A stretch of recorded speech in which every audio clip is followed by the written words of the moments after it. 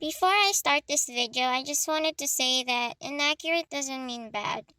I just wanted to shine some light on the differences of Homer's Iliad and Odyssey to Epic the Musical, mainly for fun. I mean, Greek mythology itself has had so many stories retold so many times that there isn't really a definitive truth.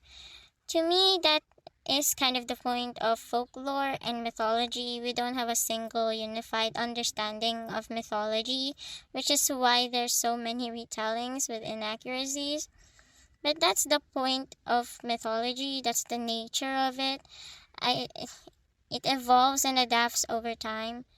Plus, I've been a fan of Greek myth, especially the Odyssey, since I watched a video from OSP 7 years ago, and ever since the release of the Cersei saga, I think I have been listening to every song, and I've been following Jorge on his updates on the musical. I also love musicals, so Greek myth and it's a musical. Oh my gosh, it's a match made in heaven for me. So please be respectful in the comments as this is just for fun. And if I did get something wrong, feel free to tell me in the comments if I missed anything. Thank you so much and enjoy the video. First and foremost, the Odyssey didn't start with the Trojan War. In many tellings of the story, we open up to the narrator invoking the muse, the goddess of inspiration, and asking her to sing the story of Odysseus. Then we go to the gods, discussing that Odysseus should come home to Ithaca. Then we go to Ithaca with Telemachus, who gets told by Athena in the skies to find his dad. So yeah, he goes to Nestor for answers, but he just tells him to go ask Menelaus, who tells him that Odysseus was like in Calypso's island. Then we get to see Odysseus in Calypso's island, and he's getting out of there with the help of Hermes. Then he almost drowns, then swims to an island where he meets Nausicaa, who then brings him to her parents. Then Odysseus tells them his story from the start. So basically what I'm saying is the events of the first three songs in the Vengeance Saga came first story-wise in Homer's Odyssey. And Lord, Chooser will shoot any Atlas attacking little Ajax. I see this a lot. The fact that Ajax the Lesser is depicted as a literal child.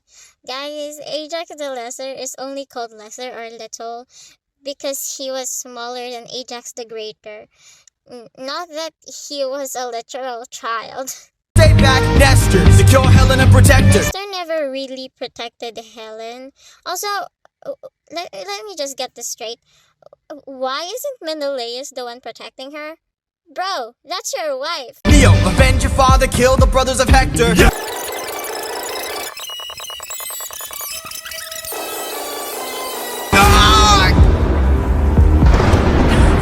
Who was that?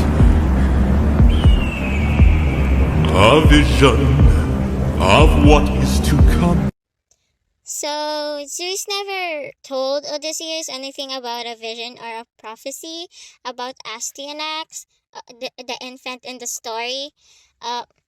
What actually happened was a lot worse, but to who actually killed Astyanax was either Odysseus or Neoptolemus or some random Greek soldiers, either on their own volition or told by Odysseus. It's not consistent anyways, but I just thought I should shine some light into that fact. But it wasn't Zeus who told him to. In some versions, Odysseus is said to have killed Astyanax to prevent him from one day avenging his father Hector. It was a false prophecy orchestrated by himself and told the prophet Calchas to declare it. But this wasn't like in a room where Odie was alone, though. As Astyanax was depicted to have been killed right in front of his mother. So Odysseus wouldn't really have time to sing this and contemplate whether or not he should oof this child. Just saying. Cannot be outrun.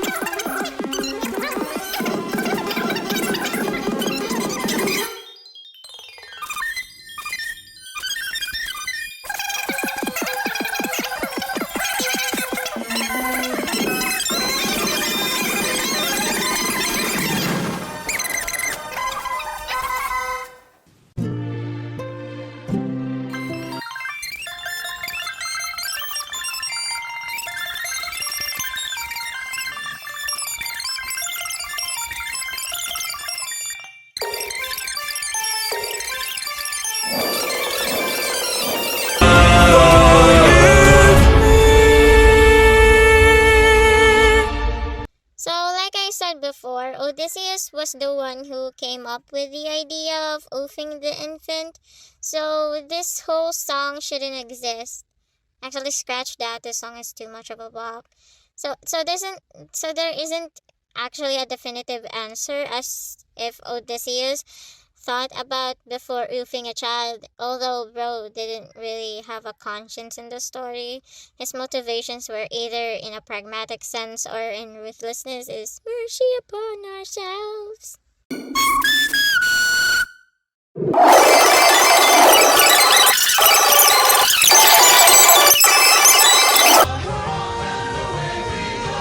Captain. Politics. Look! There in the distance, I see an island. I see a light that faintly glows. Here, they didn't really actually find the island of the Lotus Eaters. They were threw off course by a storm that was sent by Zeus, who blew them off for 9 days straight.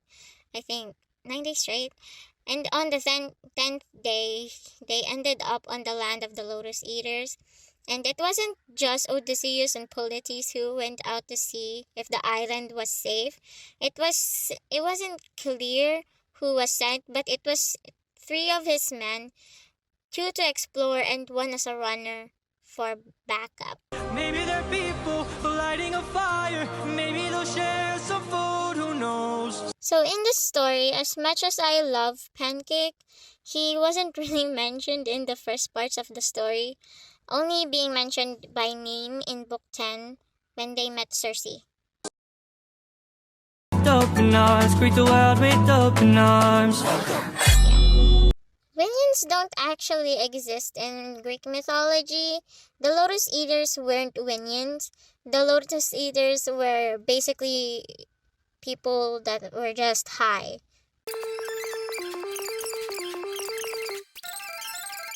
Greet the world with open arms. Greet the world with open arms.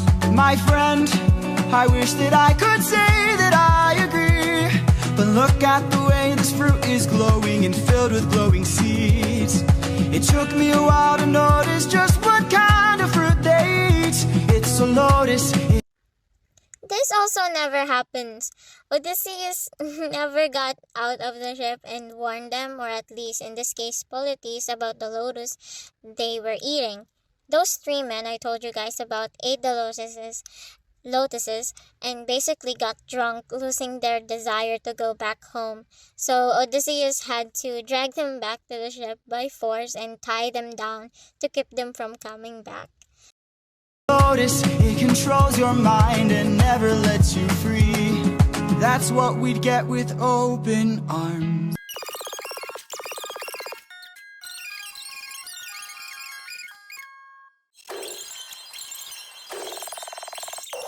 Goddess of wisdom, master of war. My life has one mission: create the greatest warrior. Athena's life mission isn't really to create the greatest warrior. Athena's purpose as a goddess wasn't centered around shaping a single champion, or at least several. Instead, she represented a set of ideals, which are wisdom and strategic warfare and more. And she did in fact help support warriors such as Diomedes, Perseus, and Odysseus himself. But it was never her clear goal to create the greatest warrior. I love this song though. I will never not always associate Athena as Tegan now.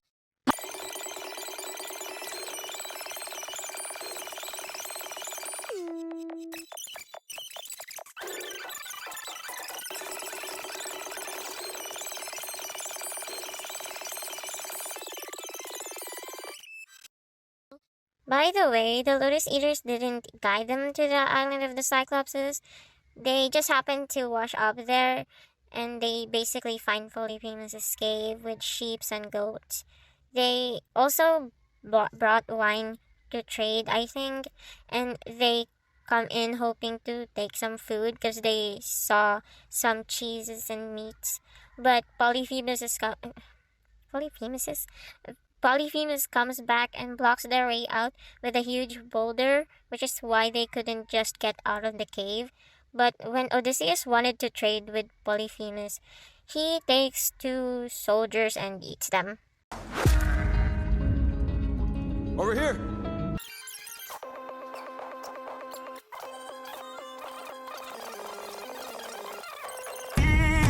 I'll give you our finest treasure. So long as we leave alive, you can keep the world's best tasting wine. The wine thing actually happens, but not later on when Polyphemus oofs two of Odysseus' men, and also not as a peace offering because Odysseus oofed Polyphemus' sheep. No, he did it to intoxicate him and weaken him so he could be easily be overpowered since he is a giant guy, which later on he uses this as an opportunity for him and his men to blind him. Wine. Have a drink, one sip and you'll understand the power that's in your hands.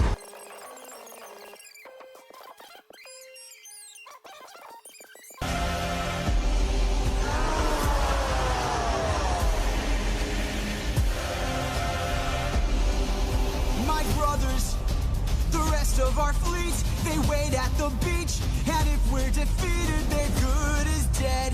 Straight ahead, that is who we're fighting. This whole fight with Polyphemus never really happens. What really happened was that he trapped them with a boulder, then killed two of his men, and then threatened to kill more. At least to the version I'm aware of. Then the next day, Odysseus devised a plan to give him the wine and then stab his eye. Fighting.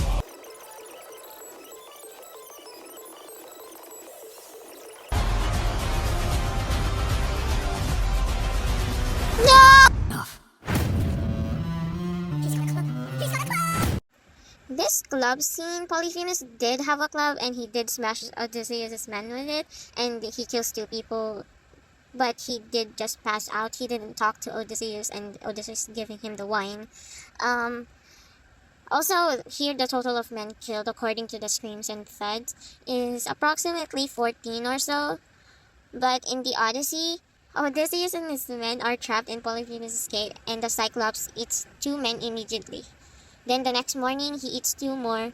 Then that evening, he eats two more, bringing a total of 6 men eaten before Odysseus enacts his escape plan, and they give the wine to him later, as I said. Holotis did not become the pancake we all know and love. He did die. He did die by either Scylla or Zeus, but he didn't die because of Polyphemus. His first appearance, as I said, was in Circe's island, since he was said to be one of the men who got turned into pigs, but we don't actually know their names, okay? But in some instances, Polytes was one of the men who got turned into pigs.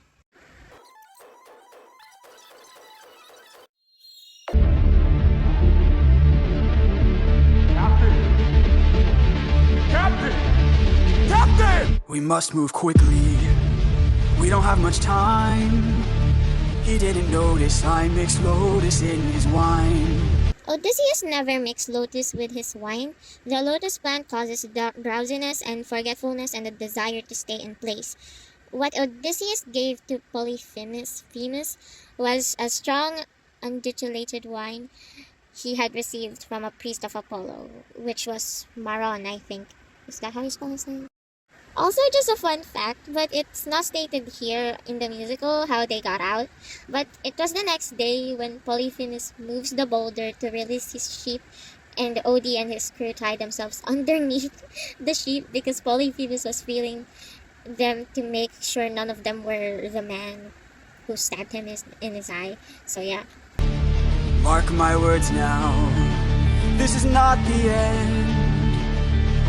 But Captain, what do we do?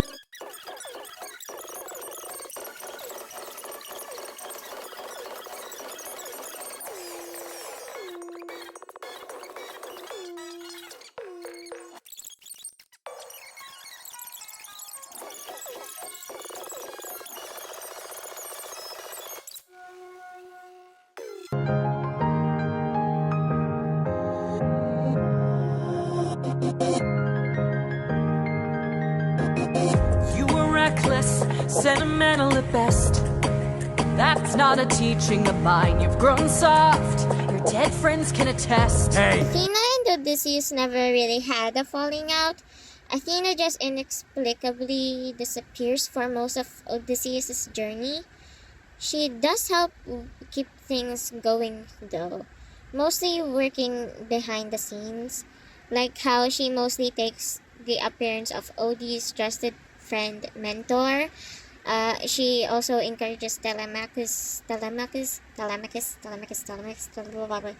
stand up to the suitors.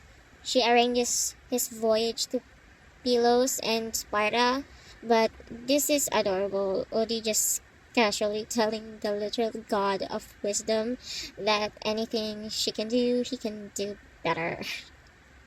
And that she's always alone and stuff. Put your emotions aside. You're a warrior, meant to lead the rest. I don't know where I went wrong, but I warned ya, and you failed the test.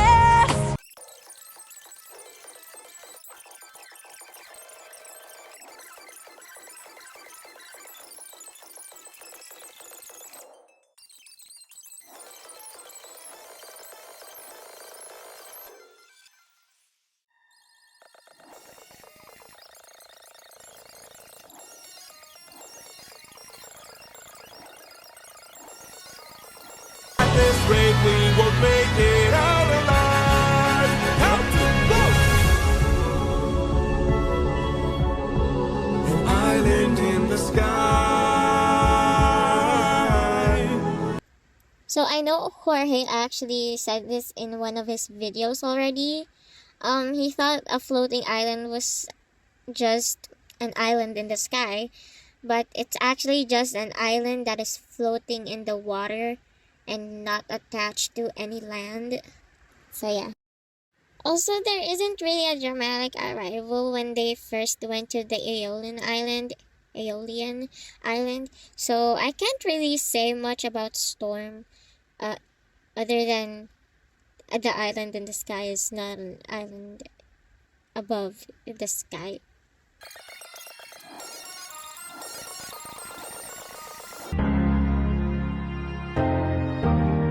Please don't tell me you're about to do what I think you'll do. You've heard the legends of the island in the sky. This proves they're true. We're in the home of the wind god. We don't know for sure. Aeolus wasn't a wind god. He was just the king of the island, or at least the guardian of the wind. Although there are 4 gods of the wind, well, the direction of the winds, called the Anemoi. How many floating islands have you seen before? This is the home of the wind god. And what's your plan? I'm gonna climb to the top and ask him for a hand. You could be caught off guard and lose your life or piss off this god. When arriving to Aeola, the Odyssey doesn't have a moment where Eurylochus voices concern about Aeola itself, since it was a friendly stop and they were welcomed by Aeolus himself.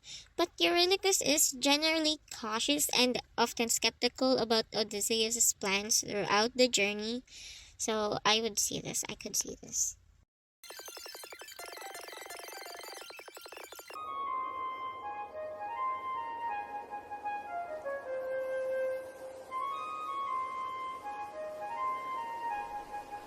Great wind god Aeolus, I don't know if you know this, but our path through home is blocked by an impenetrable storm. I asked for your assistance, so we at last can go the distance. Can you cast the perfect winds for us and aid our journey home? Ha ha ha! I am the wind, twisting and turning. I give the fire enough to stay burning. Let's play a game. A game? That's what I'm serving, and if you win, you will get what you're yearning. Deal. There wasn't really a deal for the wind bag. That bag though was generously given to Odysseus as a gift out of hospitality and goodwill, hoping he will get home safely from Aeolus himself. Yeah.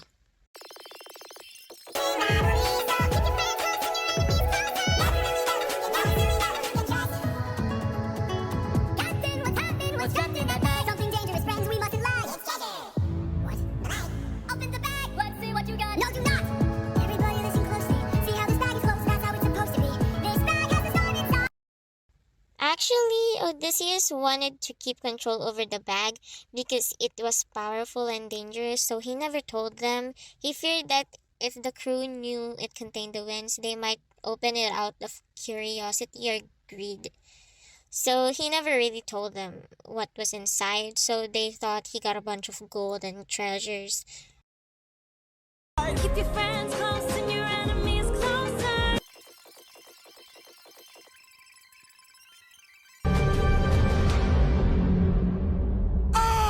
Odysseus of Ithica! Do you know who I am? Poseidon doesn't show up and meet Odysseus in person. He also wasn't the one who made them wash up in the land of the giants. See, what actually happened was the crew opened the bag while Odysseus is sleeping, right? Then releases the winds, which brought them back to Aeola, or like the floating island. Aeolus refuses to help them again, so Odysseus and his fleet finally sail away for good. After leaving there, they sail onwards, arriving to the land of the Lacedaemonians, or the land of the giants. This is also where 11 out of the 12 ships fell because the giants threw boulders at them and eating them out.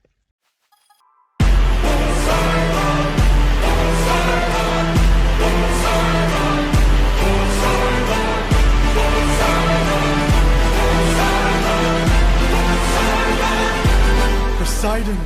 He actually didn't even know Poseidon was after him. At that point, it was either said by Tiresias or he found out when he was going on his journey back home from Calypso's island.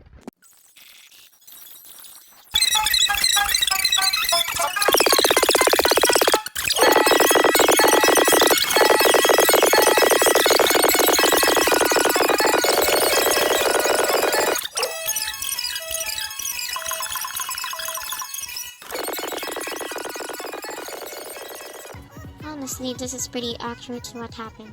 I love this song.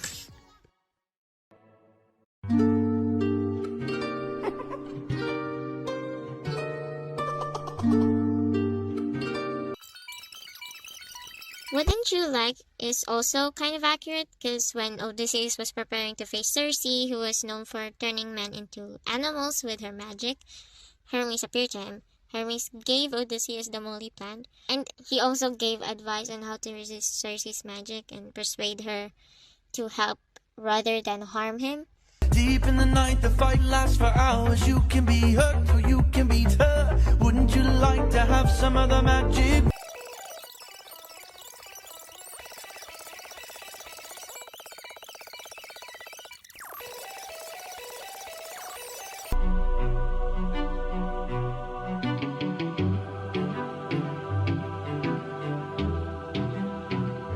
Lady of the palace, sorry that I asked this, but I hope that I've been misinformed. Done for didn't really happen, at least the fight. What actually happened was Circe invited Odysseus when she found him outside her doorsteps and gave him the same potion that was given to his men. And she ordered him to go to the big sty, and Odysseus, because of the moly, was immune to her advances and drew a sword on her. That was basically it. I sent out some scouts to take a look around through here, and they wound up at your doors. Never enough, so much power. So in Hori's premiere party and here in the animatic, in the part where Circe tries to seduce Odysseus, she tries to kill him with a dagger. This doesn't actually happen. Instead, Circe was impressed by Odysseus' resistance and courage. So, she invites him to bed, of course. And then she released his men on the condition that he sleeps with her, and Circe took the oath. But there's no perfect here. I can! Poseidon, eh? There might be a way to evade him. There might be a way to get home. Though this other way's very dangerous, it might be your one final hope.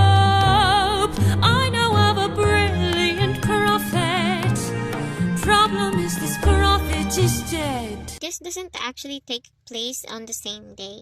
They actually stay in Cersei's island for a whole year, in which Odie and Cersei basically became lovers.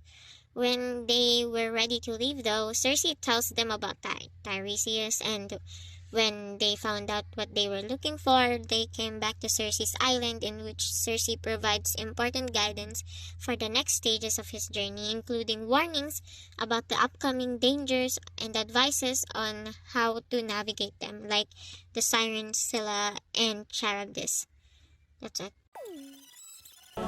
No matter what we hear, full speed ahead until we find the prophet. Honestly, the only thing that's missing here is the fact that Odysseus also saw Achilles, Greater Ajax, and Agamemnon, and hears their stories and the ritual they did. But that's irrelevant and doesn't really progress the story forward, but still.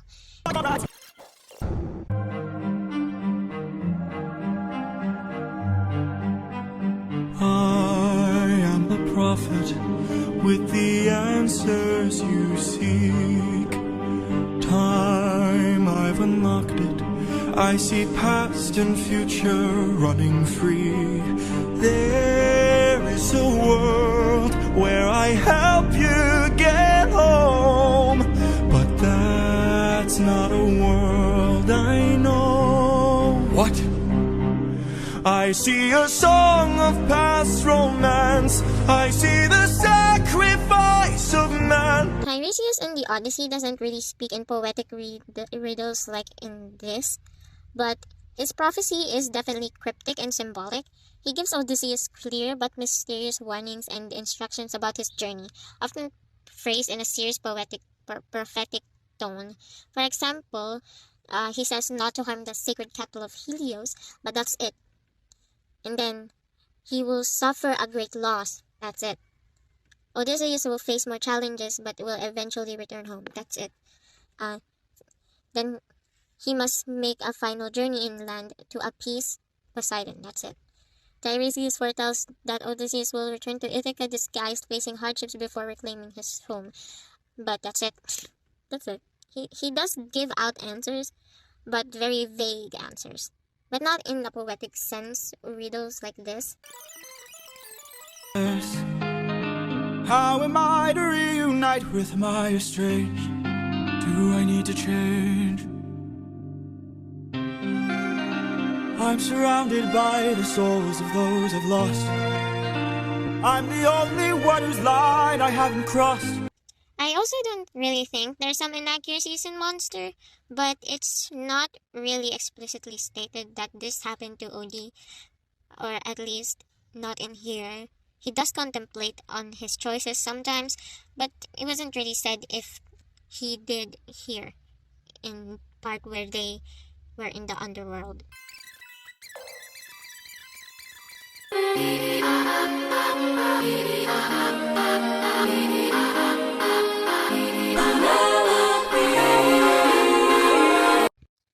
In Greek mythology, sirens aren't mermaids. They're half bird, half woman.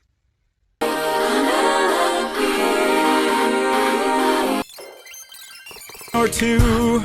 Of course! Okay, so let's say I was on the run, or hiding, from, I don't know, Poseidon. And let's say he blocked the way home with giant waves and giant storms. Oh no! How am I to evade him? How am I to get home? Which route should I take?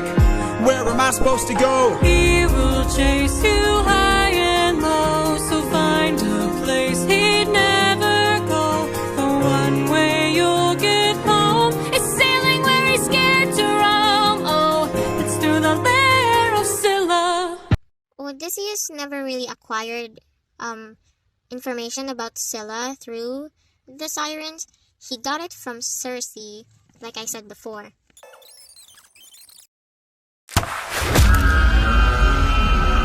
Let's cut the charade, you are no wife of mine! Are the ones who conquer.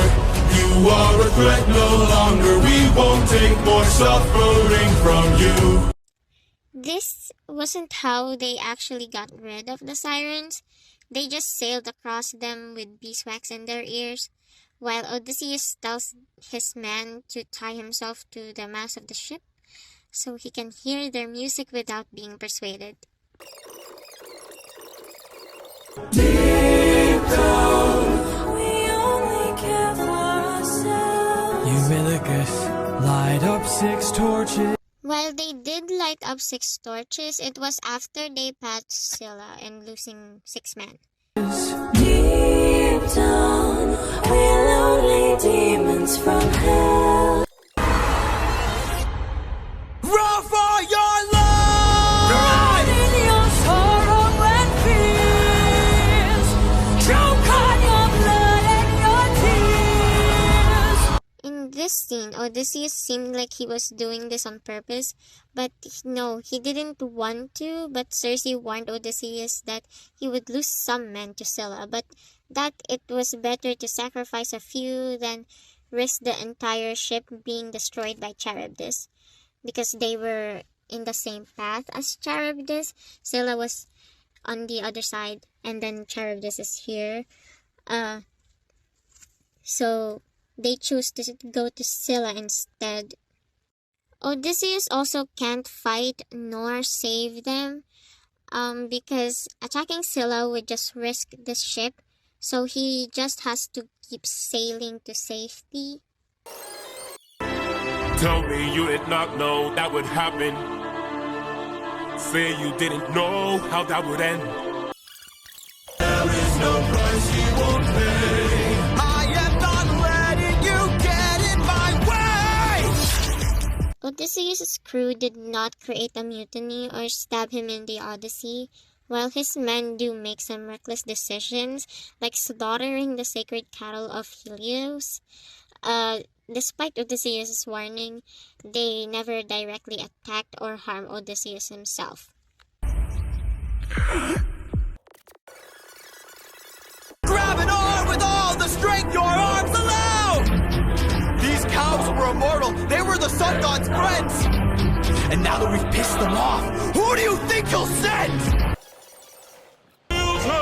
Show her what she can't conceal, for true nature will be revealed. Tell me, Odysseus, if I were to make you choose the lives of your men and crew or your own, why do I think they lose? Zeus didn't make Odysseus explicitly choose between himself and his crew. However, Zeus did punish Odysseus' crew for killing the sacred cattle of Helios. When they disobeyed and slaughtered the cattle, Helios demanded Zeus to punish them.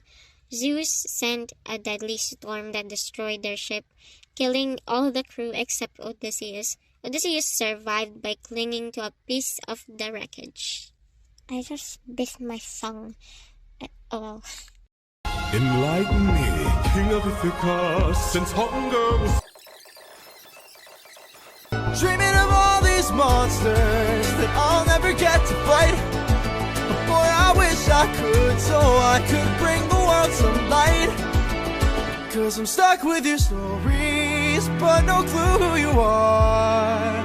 And no idea if you're dead or just too far. It's also kind of accurate, mostly because Telemachus actually longs to be like his father, brave, wise, and respected, even though he only knew him from his reputation.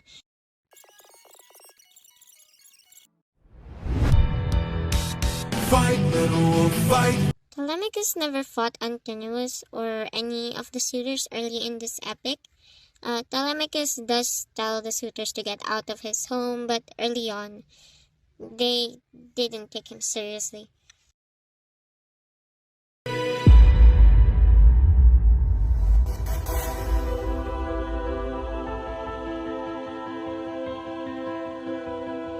Tell me, Athena, why you came to my aid. I'm guessing this takes place in the beginning, like I said, when Athena disguises herself as an old man to tell Telemachus that his dad is still alive and he should look for him. But Athena never really shows herself to anyone, because a god showing their true divine form could be overwhelming or even dangerous to mortals. Like, for example, when Zeus showed his true form to Semele in another myth, she died instantly, leaving a fetus Dionysus.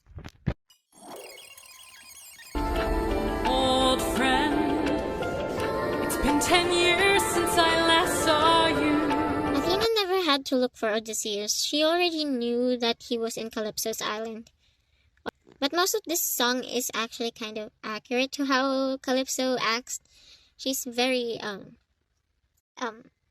annoying or like possessive, but she is loving and stuff. Father, God King, rarely do I ask for favors. Now I'm knocking on your door with hopes to save a friendship with one who's a prisoner far from home. Odysseus. Athena never had to go through a trial to set Odysseus free. Athena is basically Zeus's favorite child, so when Athena asked Zeus to release him, he was willing to do it in a heartbeat. But they couldn't kiss Poseidon. So when Poseidon was away, then that's when Zeus sent Hermes to Calypso's island to tell her to let him go.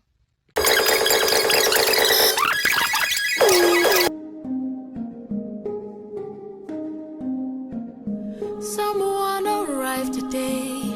They said they're taking you away, that you're not mine to save.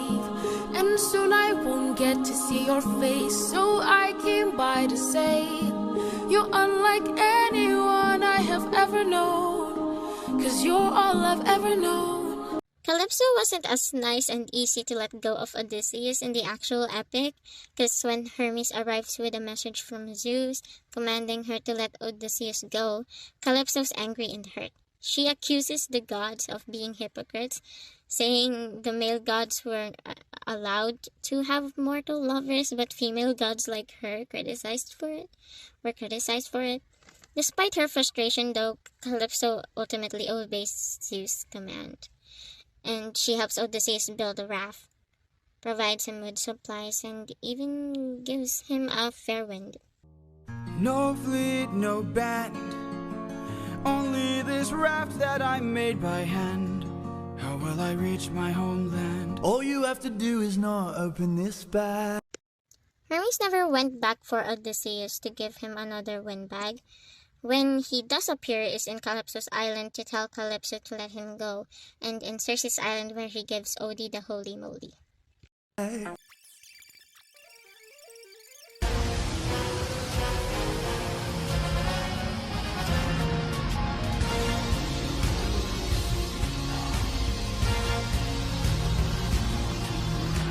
You must be who Hermes mentioned. Hermes doesn't warn Odysseus about Charybdis. The warning came from Circe, not Hermes. The first time Odysseus sails between Scylla and Charybdis, he follows Circe's advice and steers closer to Scylla to avoid being swallowed by Charybdis' whirlpool, like I've said before. Yeah. Then oh, bring it on. I'm not dying here, I'm still fighting here. I'm holding on till I see it through, till I've beaten you. His meeting here with Charybdis should be after his crew kills the sacred cattle of Helios, after Zeus punishes them by destroying the ship with a storm. Then he drifts back through the strait. Charybdis swallows the sea and his raft, dragging him down. Odysseus survives this by clinging to a fig tree that grows above the whirlpool. When the wreckage resurfaces, he drops back down, grabs it, and floats away, eventually washing up on Calypso's island. So since he's already out of Calypso's island, he shouldn't be near Charybdis at all.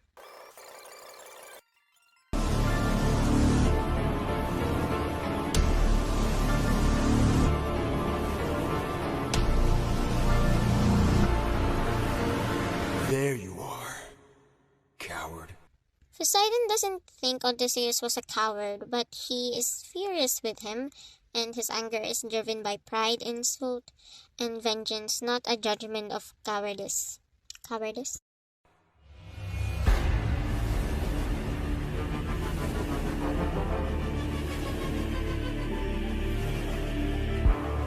I've been waiting for this moment, for the perfect time to strike. Poseidon shows his anger towards Odysseus through relentless divine interference, making his journey home as long and painful and dangerous as possible.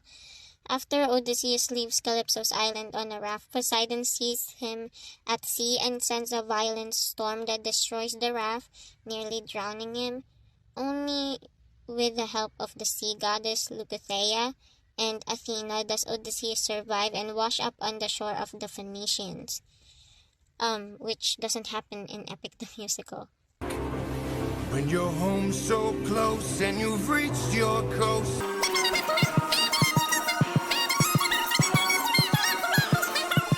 As I said before, Poseidon and Odysseus never met in person. Poseidon mainly interferes with his journey through storms and shipwrecks. And the fact that he traveled 10 years from Troy to Ithica. Get in the water.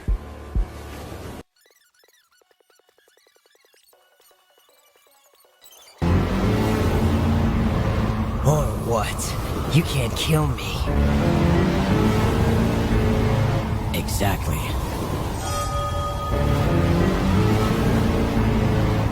Wait! The gods don't actually bleed red blood, they bleed pee.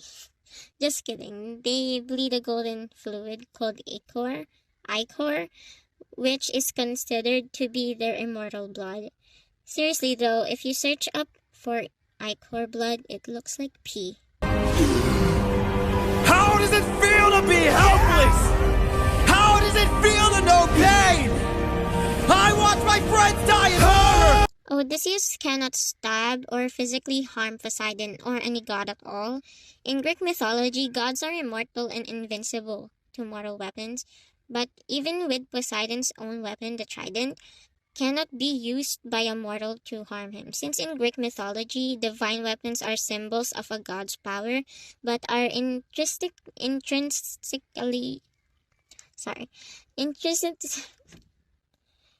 is literally tied to the god who wields them. A mortal, even if they somehow got a hold of the trident, wouldn't have the power to use it against a god. The weapon's magic and force comes from the god's divine nature. Crying as they were all slain! I heard their final moments! Calling their captain in vain! But I don't know how much longer I'll last since we saw that storm. And though it was so close to our kingdom, it was far from the norm. Unless, how could it be some kind of sign that my world is all about to change? Is it finally time for the challenge I arranged? This is pretty much accurate as well, although when the people start the challenge, Odysseus is already disguised as an old man with the help of Athena. Though I never thought that it would come to this. Through this competition, we've been here for hours. None of us can string this. We don't have the power.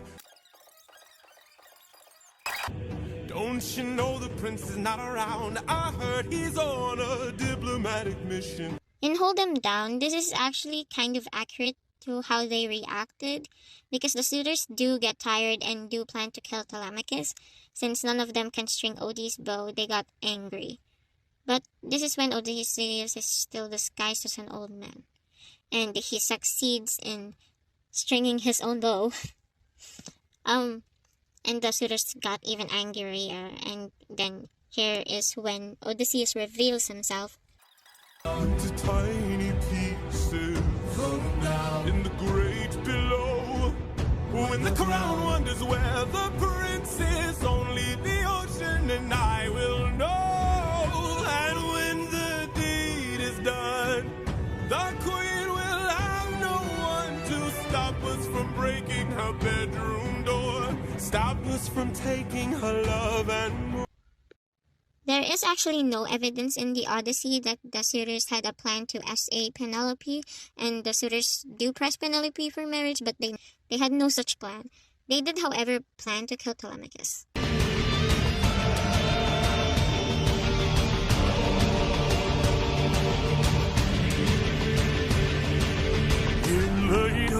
battle at the edge of the unknown.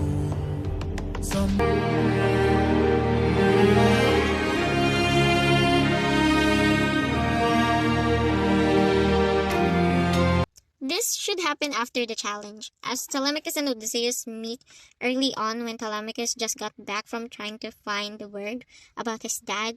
So as much as this song makes me cry every time, it isn't accurate at all. Kind of. Tell your mother I'm home. I'll be there in a moment. Of course.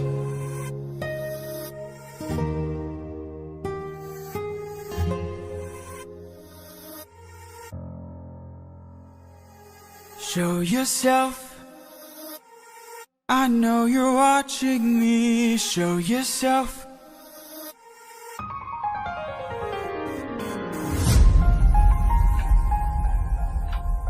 You were never one for hellos. I can't help but wonder. Athena and Odysseus never had an encounter like this when he got back to Ithaca. After the Phoenicians finally returned Odysseus to Ithaca, Athena appears to him in disguise. She eventually reveals herself in a verbal way, and they have a reunion. Athena transforms him into a beggar to help him move through the palace unnoticed. Even in some version in Book 13, it said that Athena and Odysseus exchanged some clever back and forth where Odysseus lies about who he is and Athena smiles at his cunning. She finally reveals herself. She then touches him and changes into a more divine form. And when she did, he knew that it was Athena. And then when they devised a plan to get rid of the suitors. So Athena's interventions are generally positive for Odysseus. Her actions are often fueled by a sense of justice and the desire to see Odysseus achieve his goal. But she can also be influenced by her own emotions and biases, which brings me to question why Athena has more of a good relationship with warriors like Odysseus. It gave Medusa a harsh and unjustified punishment when she was literally only taken advantage of. Seriously. Is it really you, my love? I am not the man you fell in love with. In the Odyssey, Odysseus does not express guilt or moral anguish for the deaths and choices he made on his journey. He remains proud of his cleverness and resilience, and Homer doesn't show him reflecting deeply on moral transformations. Odysseus never fully admits fault in the poem, and he blames the gods, his crew, or misfortune for many setbacks. He doesn't say he traded friends like objects, though. Many of his men do die because of his choices and pride. I am not the man you once adored. I am. See that wedding bed? Could you carry it over? Lift it high on your shoulders and take it far away from here. Inaccuracy in tone and context, since in the text Penelope tells a servant to move the bed, not Odysseus directly. Overall, I do like Jorge's version of Odysseus since he makes him more competent and actually thinks about what he's done. Odysseus morally holds himself accountable in a way that the original doesn't. And plus he amplifies the love story between Penelope and Odysseus. And I can't help but wonder, just literally hits me in the feels every time. And Odysseus and Athena's relationship reminds me of my characters' relationships, and it just makes me sad because this is probably one of the best modern retellings of a Greek myth, especially the Odyssey. It's beautiful, and I can't wait for Jorge to release more, either about epic or in the cut songs or any musical he has in mind.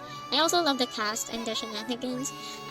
And although I found Tegan, Miko, Troy, and Janine from Epic, I love their original songs, especially Miko's Homesick I Can't Get Over. Anyway, thank you for watching this video and taking the time to watch until the end because it's really long. Thank you. Bye bye.